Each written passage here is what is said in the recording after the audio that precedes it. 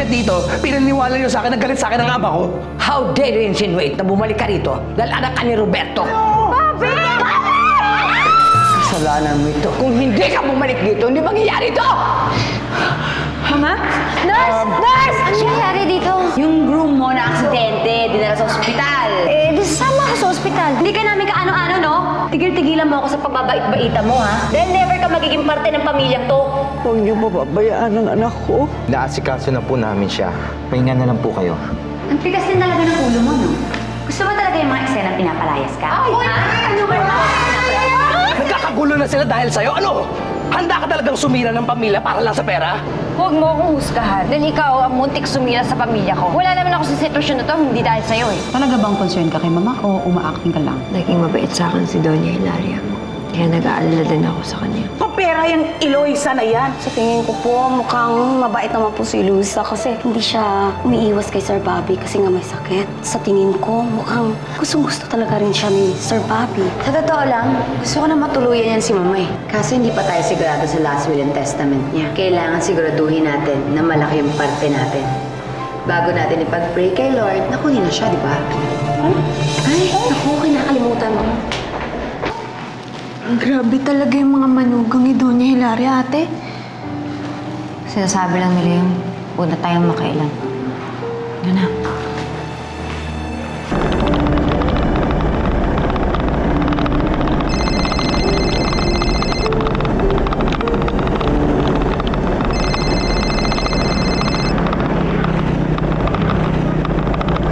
Hello? Chino? Hello? Si Bobby, gising na. Pupunta ako siya eh. Okay. Sige, basta tsumempo ka lang ha. Kasi gising na rin si Mama eh. Hindi mo man lang ba kukumustahin siya? Okay, masyado kayo serious. Joke-joke din, pag may time. Sige na. Pagkatapos ng Dexos mo, wala. Sandali. Ay, Eloisa. Tuloy ka. Nagdala po ako ng prutas. Ay, naku, salamat. Magandang gabi ho, Doña Hilaria. Mama. Mapo ka, Iha. Pasensya na ho na ngayon lang po ako nakabisita. Kanina po kasi madaming tao sa ospital at saka huli ko na po nalaman na inatake kayo sa puso. It's okay, Iha. Ang importante na rito ka. Alam mo, hindi talaga ako nagkamali sa pagpili sa iyo, Eloisa. Kamusta na ho kayo? I'm okay. Alam mo na ba kung masamanda mo? Tagal mamatay. Unless, of course, makasal na kayo ni Bobby. By the way, Iha, pasensya ka na sa nangyari kahapon. Dumating kasi yung bastadong anak ng asawa ko. Yang yabang-yabang, kala mo... Ayan ka na naman, ating. Ang puso mo. Alam mo na, bibigyan po muna kita ng prutas na dala ni Eloisa. Sandali. Oh, Eloisa, kumusta ka na, Iha? Okay naman po ako. Okay? Dapat kapag ko pa binigay sa'yo yun eh. Walang chance. Busy eh. Pasensya na. Ang ganda nga nito, kuya eh. Sasakay kami ni Eloisa. Kuya Chino, pwede bang huwag mo nang awayin si Mama? May sakit siya sa heart eh. Kawawa naman si Mama pag nagagalit siya. Bait naman si Mama eh. Love na nga ako eh. Ikaw din, Kuya Chino. Love ka ni Mama.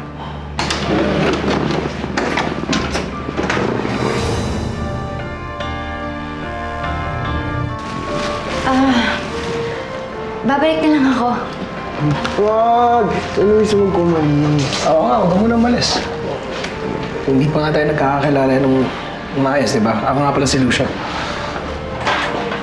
Lucio Aragon Bonaventura. My family calls me Chino. My older friends call me Lucio.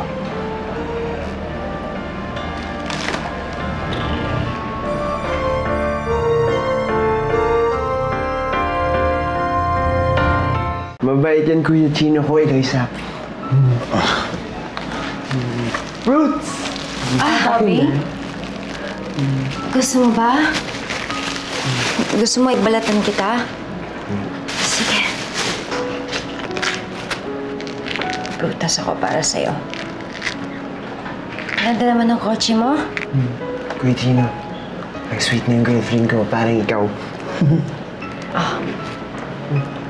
Di mo ba ako susubuan? Kasi pag may sakit ako, sinusubuan ako ni Mama.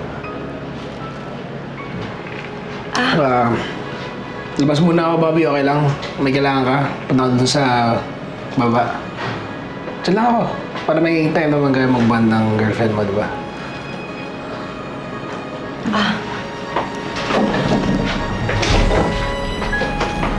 Sarap.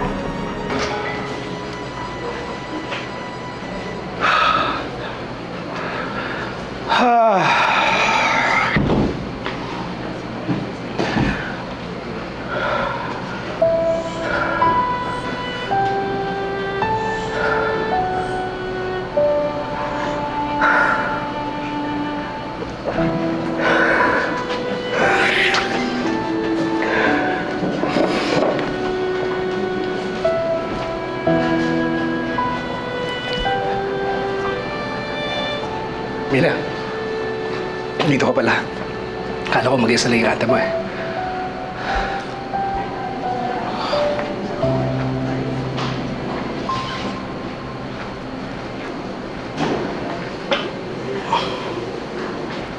Hindi na ako pumasok. Hindi naman ako kailangan dun eh. Sinamahan ko lang si ate. Nag-aaway kasi si Mama pati si Kuya eh.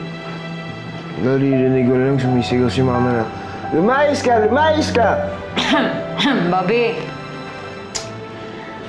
Bobby, nabigla lang si mama mo noon, kaya niya nasabi yun kay kuya mo. Tagal na kasi sila nakita ni Kuya Chino. Baka lang meron silang hindi napagkasunduan noon. Eto namang si Bobby, nagwala. Ayaw magpaawat. Kaya ayan tuloy, nasugatan. Ang lalim nga nito eh, ang dami pang tayo. Kaninong kasalanan yun? Dapat kasi hindi ka nagaganon, bad yun. Pag nagagalit ka, tas biglang magwawala ka, magta-tantrum. Tignan mo, nag-alala tuloy kami ng mami mo. Talaga? Nag-worry kayo? Oo. Kaya nga nandito ako ngayon eh, dahil nag-alala ako. Kaya huwag mo nang ulitin yun, ha? Bad yun, ha? Promise, hindi ka na ulitin. Para hindi na kayo mag-worry ni Mama, but ikaw. Hindi naman ganun kadali para sa akin aminin sa pamilya mo, lalo na yung pamilya na gaya ninyo. Yung pinanggalingan ko, na yun nga, nabastardo ako. Buo kayo eh. Masaya.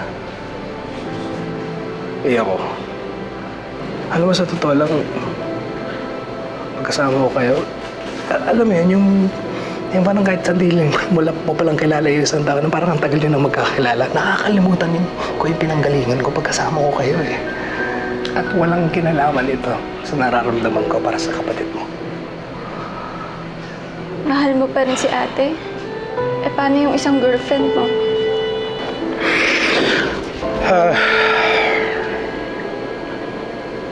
Si Rachel, ang tagal na naming wala ni Rachel. Alam na niya ang tungkol sa amin ni Eloisa. Alam niya na masaya ako sa kanya. Kaya nga niya kami sinisira. Kaya niya kami nasira.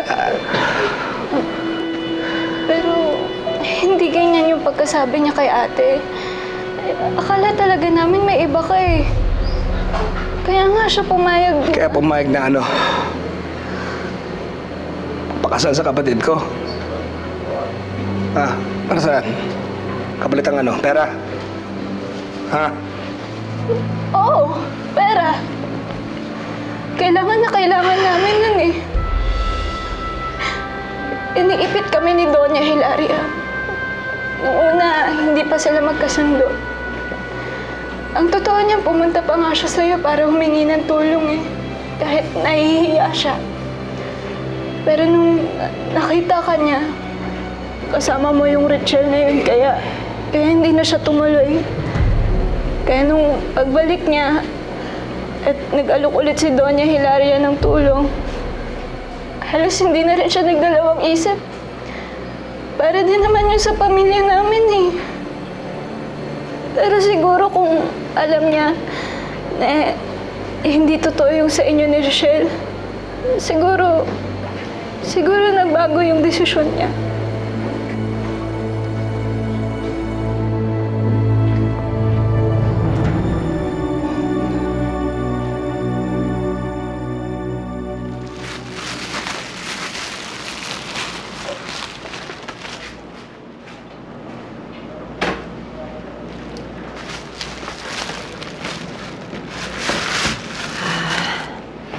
Miss Lua? Sorry. Mauna na ako. Ate Lua na lang. Diba total magiging magbilas naman tayo? Sige, Ate Lua, maraming salamat at pinadalaw mo ako kay Bobby. Salamat din. Pinagsilbihan mo siya kanina. Ibang-iba talaga si Bobby pag nandito ka. Kaya gustong-gusto ka ni Mama eh. Sige, mauna na ako. Ingat. Ingat.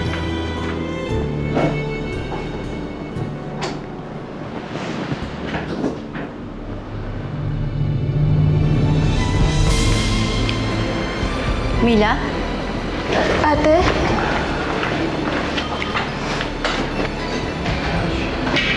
Eloisa, please. Alam ko ng lahat. Please. Kailangan natin mag-usap.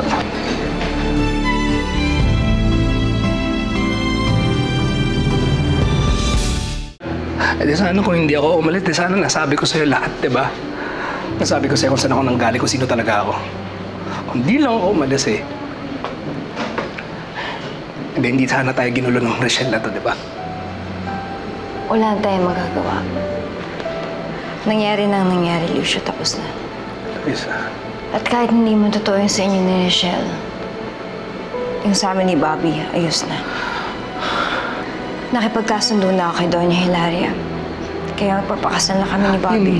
Yun nga yung sinasabi ko, yun nga yung hindi pwede. I'm sorry. I just... Paano... How can you expect me na tanggapin itong gagawin mo? Okay, look at me, please. Paano ka papayag na gawin mo to? Eloisa, sasaktan mo lang yung sarili. Masasaktan mo ako. Sino gusto mo masaktan? Kapatid mo? Gusto mo saktan yung kapatid mo?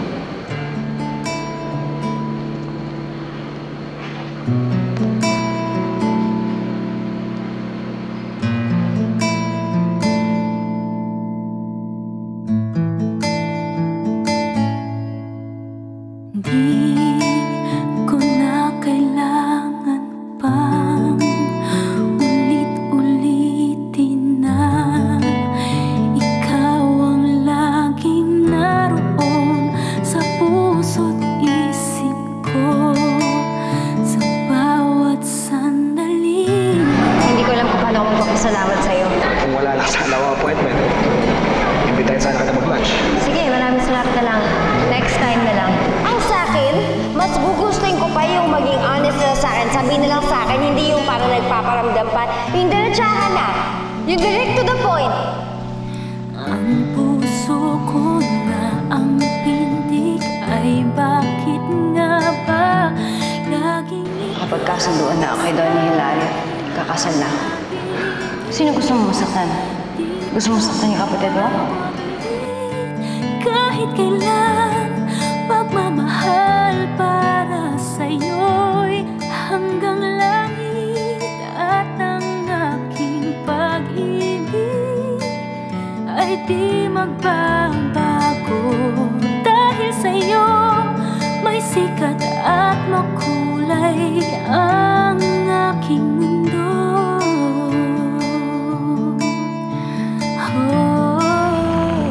Hindi siya bumalik ka. Naghihintay ako. Mahal na mahal kita. Hindi ka mawawaglit kahit kailan. Marami akong kami dapat pag-usapan. Nay, Tay. Si Michelle. Girlfriend ni Lucio. Tigilan mo na ako, Lucio. Pwede ba? Ang sakit-sakit na. Uy, hindi ako aalis dito hanggang di ko napapatunayan na rin totoo ang sinasabi ko. Mas wala ka na kailangan patunayan pa. Dahil wala akong balak na makapagbalikan sa'yo kaya magpakasaya ko ng babae mo. Wait, Chino. Eloisa. Kuya Chino. Siya yung girlfriend ko. Para sa'yo'y hanggang langit at ang aking pag-ibig ay di magbabago. Dahil sa'yo may sikat at makulay ang aking mundo.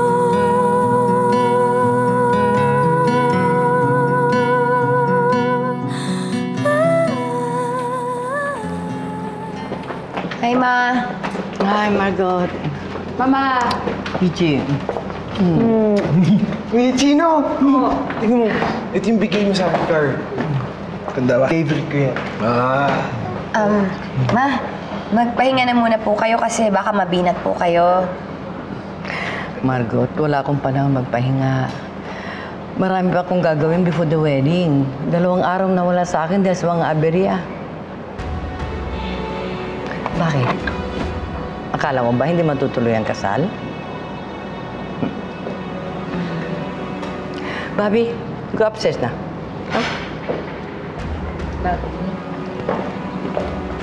Kuya Chino! Wow. Mamaya, ulit tayo. Oo ba? Dahan-dahan, Bobby! Swerte ka. Gusto ka ng anak ko. But don't ever think that you're welcome in this house. Mabuti na lang, kapatid pa rin ang turing sa ni Bobby. Gigi! Mama, tawagan mo si Lose, pasundo mo na siya. Opo.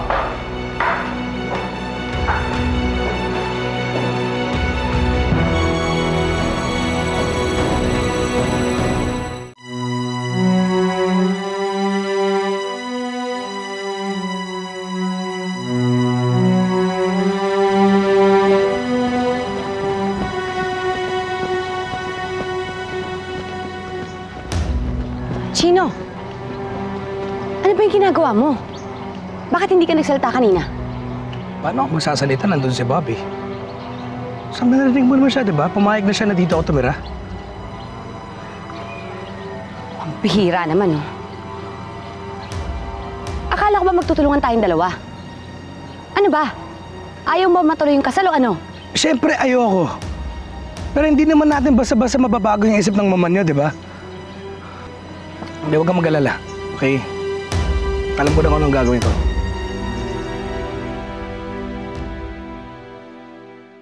Anak, ikaw ba'y pupunta sa mga Benaventura? Opo tay, bakit? Ay, may naikwento kasi sa amin si Mila. Nag-usap daw kayo ni Lucio. Si Mila talaga, oh. Ay, huwag ka na magalit sa kapatid mo.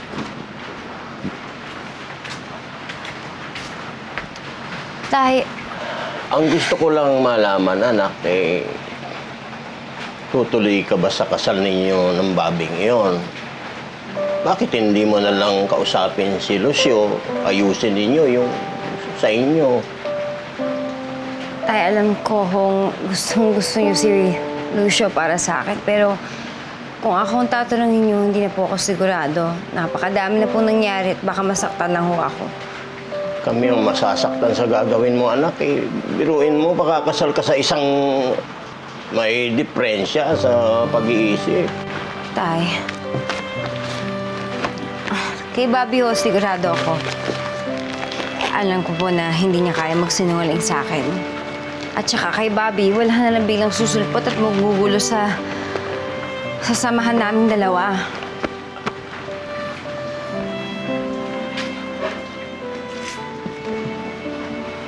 Tay, okay naman ho si Bobby eh. Mabait siya. Bigyan niya naman ho siya ng pagkakataon. Anak, akong hindi magiging okay sa gagawin mo eh. Hindi yan ang buhay na pinangarap ko para sa iyo.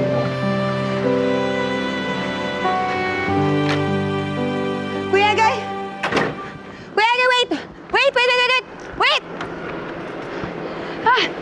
Oh, Ma'am Gigi, bakit po? Pasabay ako. Magsisimba lang ako, okay? Sige po, ma'am. Alright. Dito na po kayo sa likod. Ay, Gigi. Hey. Saan kayo? So si Kuya Egay, susunduin si Eloisa kasi pinapasundo ni Mama. Ako naman magsisimba ako. Alam mo naman kailangan din natin minsan alagaan ang ating mga kaluluwa. Pwede bang makisabay? Sige po, sir. Dito po kayo sa unahan. Thank you. Salamat.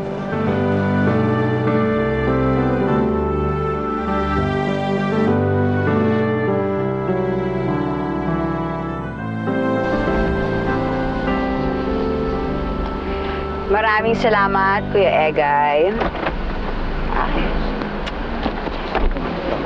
Ingat. Thank you. Salamat. Ingat po, ma'am, ha? Bye. Ay, oo naman. Madala kasi ako kay Lord dahil dinidinig na lahat ng prayers ko. Bye! Sir, saan tayo?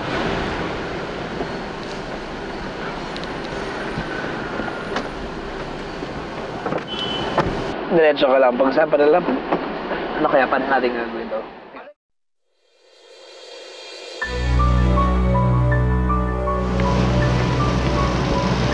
Kuya! Sabay yung buong tayo.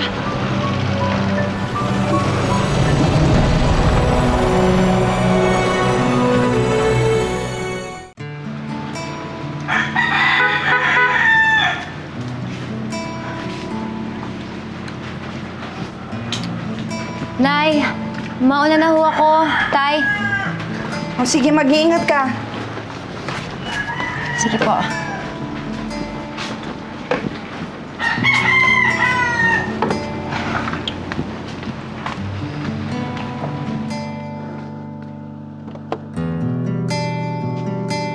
Good morning po, Kuya. Laging ikaw sa aking panaginip, hindi ka mawawaglit kahit kailan. Lucio, saan mo ba talaga ako dadalhin, ha? Ano to? Bastos ka? Ano to? Sir, kwarto po. Bakit mo ako nila dito? Pakulam mo ako! Gigi, nasaan ba kayo? Ba't wala pa si Eloisa? Nasa simbahan ho ako, di ba? Papunta na hintayin na si Eloisa. Galing ako simbahan. Makapagbawas-bawas ng kasalanan. Paano naman yung kasalanan mo kay Mama? Na-cancel yung lakad ni Mama dahil hindi dumating si Eloisa. Nagpahatid lang naman ako sa simbahan.